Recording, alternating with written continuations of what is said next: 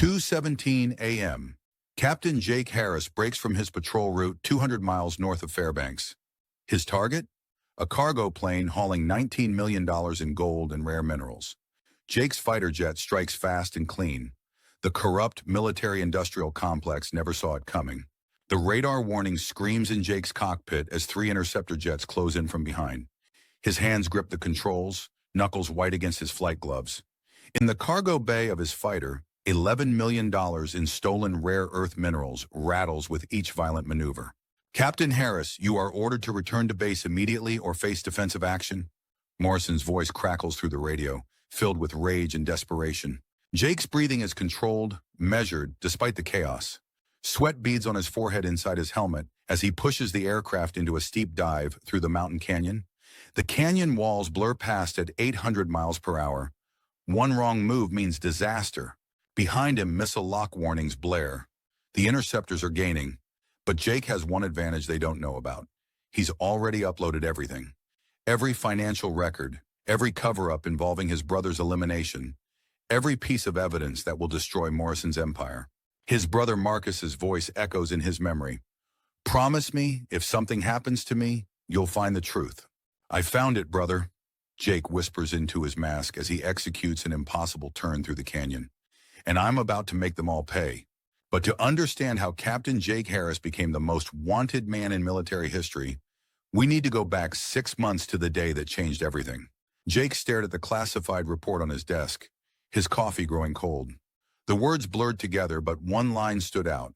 Staff Sergeant Marcus Harris, KIA Afghanistan, IED incident linked to Operation Arctic Shield.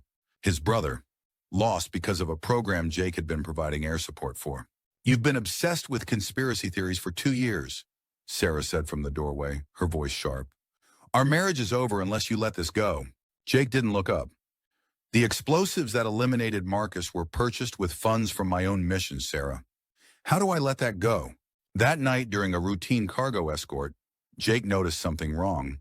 The manifest showed mining equipment, but his radiation detectors screamed rare earth signatures.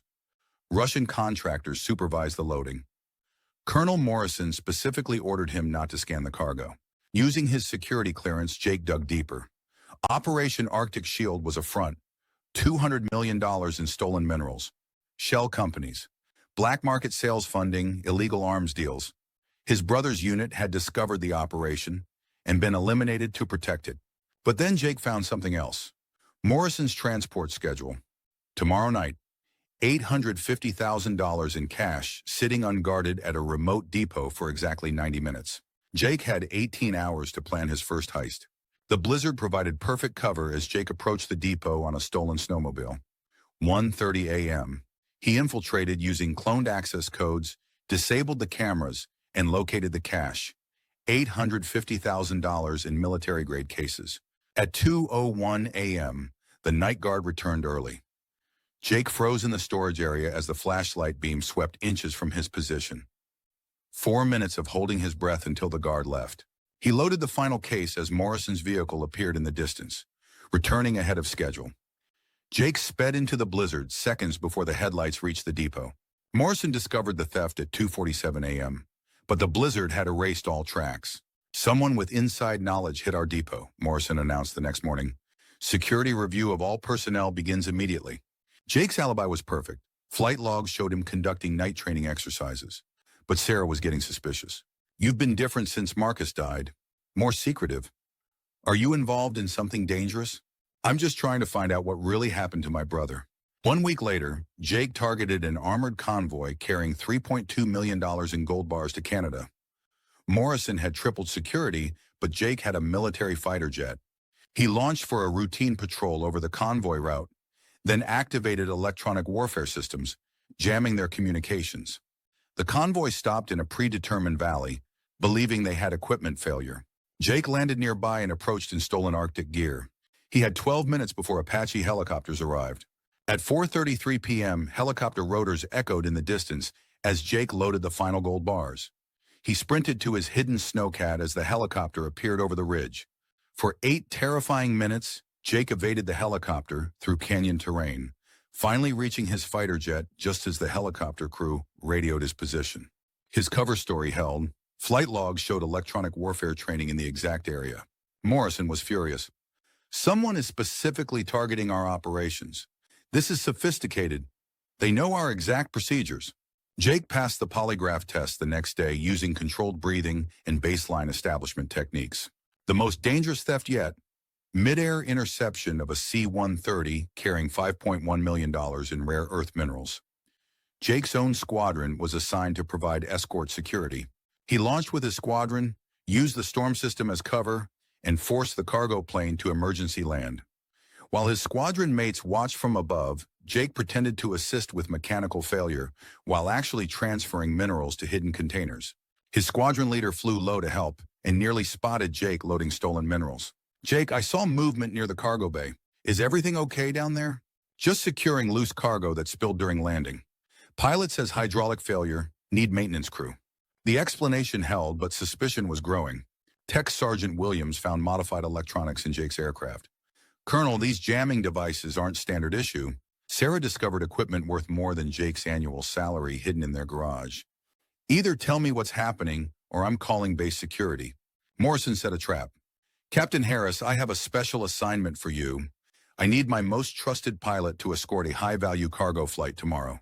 Jake realized Morrison knew. The cargo escort was surveillance. Morrison had positioned F-22 interceptors as backup. But Jake had identified the real target. Morrison's personal $11 million transport flying a parallel route. Sarah left with divorce papers. "I'm taking the kids to my sister's house until you get help." Pentagon transfer orders arrived. "Report Monday or face court-martial." During the escort mission, Jake secretly tracked Morrison's personal transport.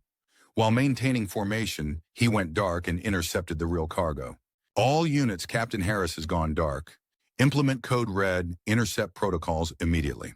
Jake forced the cargo plane down in Canadian wilderness, transferred $11 million in rare earth minerals while F-22s scrambled to intercept. He had 18 minutes before they found him. As he loaded the final containers, Morrison arrived personally in an Apache gunship. Jake was trapped between multiple military forces. While evading capture through mountain canyons, Jake's automated systems uploaded everything: financial records, murder evidence, Morrison's confession recordings, to FBI, Congress, and international media. Morrison's voice over radio: "Harris, you're surrounded. Land immediately or we will shoot you down." "The evidence is already uploaded, Colonel. The whole world knows what you did to Marcus." Tech Sergeant Williams countermanded Morrison's order. "Sir, the evidence shows you're the traitor. Stand down immediately." Jake used Morrison's own corruption against him, activating hidden bank accounts and redirecting the $19 million to veteran support programs in real time. His former colleagues let him escape into Canadian airspace. Within 6 hours, Morrison was arrested for treason. 23 Pentagon officials were indicted. $500 million was recovered for families of murdered soldiers. 1 year later, Jake visited Marcus's grave under witness protection. The headstone read, "Staff Sergeant Marcus Harris, he died exposing the truth." Jake placed the evidence key at the gravestone. "We got them all, brother." Subscribe if you believe that sometimes breaking the law is the only way to restore justice. Hit that like button if you think Jake did the right thing by stealing $19 million to expose the conspiracy that eliminated his brother. And let me know in the comments, would you have had the courage to risk everything like Jake did, or would you have stayed silent to protect your career? I read every single comment, and I'm genuinely curious about your thoughts on this moral dilemma.